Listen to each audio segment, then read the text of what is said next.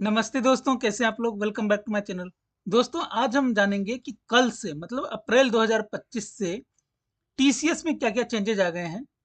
तो इस वीडियो में मैं टीडीएस का ऑलरेडी पहले ही बना चुका हूं, वो आप मेरे प्लेलिस्ट में जाके देख सकते हैं। ये वीडियो टीसीएस से रिलेटेड है। तो ये देखिए कुछ चेंजेज आए हैं। Removal of TCS on goods, LRS threshold बढ़ाई गई है, omission of non filer rates, reduce tax on forest product और ई कॉमर्स टीसीएस रिक्वायरमेंट।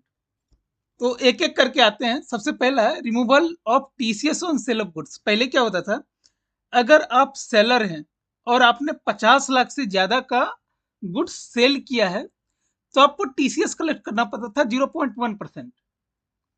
और बायर को भी at the same time under section 194 Q, अगर 50 लाख से ज्यादा का परचेज है इन ए फाइनेंशियल ईयर तो उसको पेमेंट करते से पहले टीडीएस डिडक्ट करना पड़ता था इसी अमाउंट का। हाँ, अभी क्या होता था ना कि अगर बायर ने डिडक्ट कर दिया है 194 क्यू का तो फिर सेलर को टीसीएस कलेक्ट करने की जरूरत नहीं थी। लेकिन इसके लिए सेलर को क्या करना पड़ता है, अरे बायर को कॉल किया, अरे आपने टीडीएस काटा है क्या, ये सब करने की जरूरत, मतलब एक तरीके से कंप्लायंस बर्डन बढ़ जाता था। तो अभी क्या किया है, ये जो सेक्शन है उसको हटा दिया गया, मतलब अब इसकी जरूरत ही नहीं है। तो इससे क्या हुआ, 194 क्यू अभी भी है, मतलब बायर को अभी भी टीडीएस डिडक्ट करना है। दूसरा है एलआरएस एंड एजुकेशनल एग्जम्पशन, मतलब एलआरएस मतलब लिबरलाइज रेमिटेंस स्कीम। मतलब अगर आप देखिए, अगर आपको विदेश कोई पैसा भेजना है तो अगर एलआरएस की स्कीम के तहत भेजते हैं तो आपको ज्यादा कंप्लायंस नहीं होता है। आपको पता है, जब भी आप फॉरेन करेंसी में डील करते हैं तो आपको फेमा की परमिशन चाहिए और आरबीआई की परमिशन चाहिए, बट एलआरएस के थ्रू आपको ये परमिशन नहीं चाहिए। आप जस्ट अपना डिक्लेयर कर दो एक सर्टेन अमाउंट, जैसे जो एलआरएस का जो थ्रेशोल्ड था 7 लाख से बढ़ा के 10 लाख कर दिया गया। मतलब तो पहले 7 लाख से ऊपर का अगर आप इंडियन करेंसी में रेमिटेंस करते थे इक्विवेलेंट अमाउंट, तो आपको टीसीएस डिडक्ट करना पड़ता था, लेकिन अब उसको बढ़ा के 10 लाख कर दिया गया। दूसरा, अगर आप एजुकेशनल पर्पस के लिए एलआरएस कर रहे हैं, मतलब भेज रहे हैं पैसे, और उसके लिए लोन लिया है तो आपको कोई टीसीएस नहीं कट करनी। आप सोच के देखो ना कि आपको किसी यूनिवर्सिटी को पैसे भेजने हैं और उसमें से भी आपको टीसीएस डिडक्ट करना है। आप एक कॉमन मैन हो, आपके लिए कितनी बर्डन बढ़ जाएगी। तो इसको एग्जम्प्ट कर दिया गया।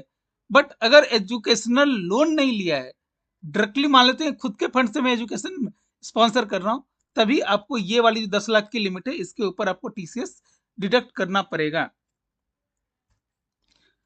Omission of high rates for non filer, क्या होता था ना, पहले अगर किसी ने रिटर्न फाइल नहीं करी तो उनको 5% का टीसीएस डिडक्ट करना पड़ता था, लेकिन अब ये सेक्शन हटा दिया। लेकिन हाँ, अगर आपके पास पैन नंबर नहीं है तो वो अभी higher rate of TCS deduct करना पड़ेगा। ये नॉन फाइलर के लिए, मतलब मेरी 2.5 लाख से ज्यादा की इनकम नहीं है, मैं क्यों फाइल करूं, लेकिन मुझे पहले फाइल करना पड़ता था, अब फाइल करने की जरूरत नहीं है। फॉरेस्ट प्रोड्यूस पे क्या है ना कि टिम्बर एंड फॉरेस्ट प्रोड्यूस पे टीसीएस रेट 2.5% से घटा के 2% कर दिया गया।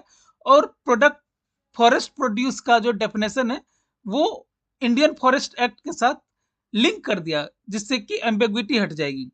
तो इससे क्या हुआ, कंप्लायंस सिंप्लीफिकेशन हो गया। और इम्पैक्ट ऑन ट्रेडर क्या हुआ कि एक तो ट्रेडर को कम टीसीएस डिडक्ट करना है, दूसरा उनको कौन सा उनका प्रोडक्ट फॉरेस्ट प्रोड्यूस कहलाएगा उसमें उनको सिंप्लिसिटी हो गई। और एक चीज जो आई है, ई कॉमर्स पर जो टीसीएस है 1% काटना पड़ेगा सारे सेलर को। अब इसमें आपकी कितनी भी ट्रांजेक्शन की वैल्यू है उससे कोई फर्क नहीं पड़ता, लेकिन 1% का आपको टीसीएस डिडक्ट करना है। और क्या है, अगर आपने मान लेते टीसीएस फाइल करने में कोई डिले कर दी तो आपको प्रोजेक्यूशन अब नहीं होंगे। पहले प्रोजेक्यूशन के सेक्शंस थे, वो अब नहीं होगा।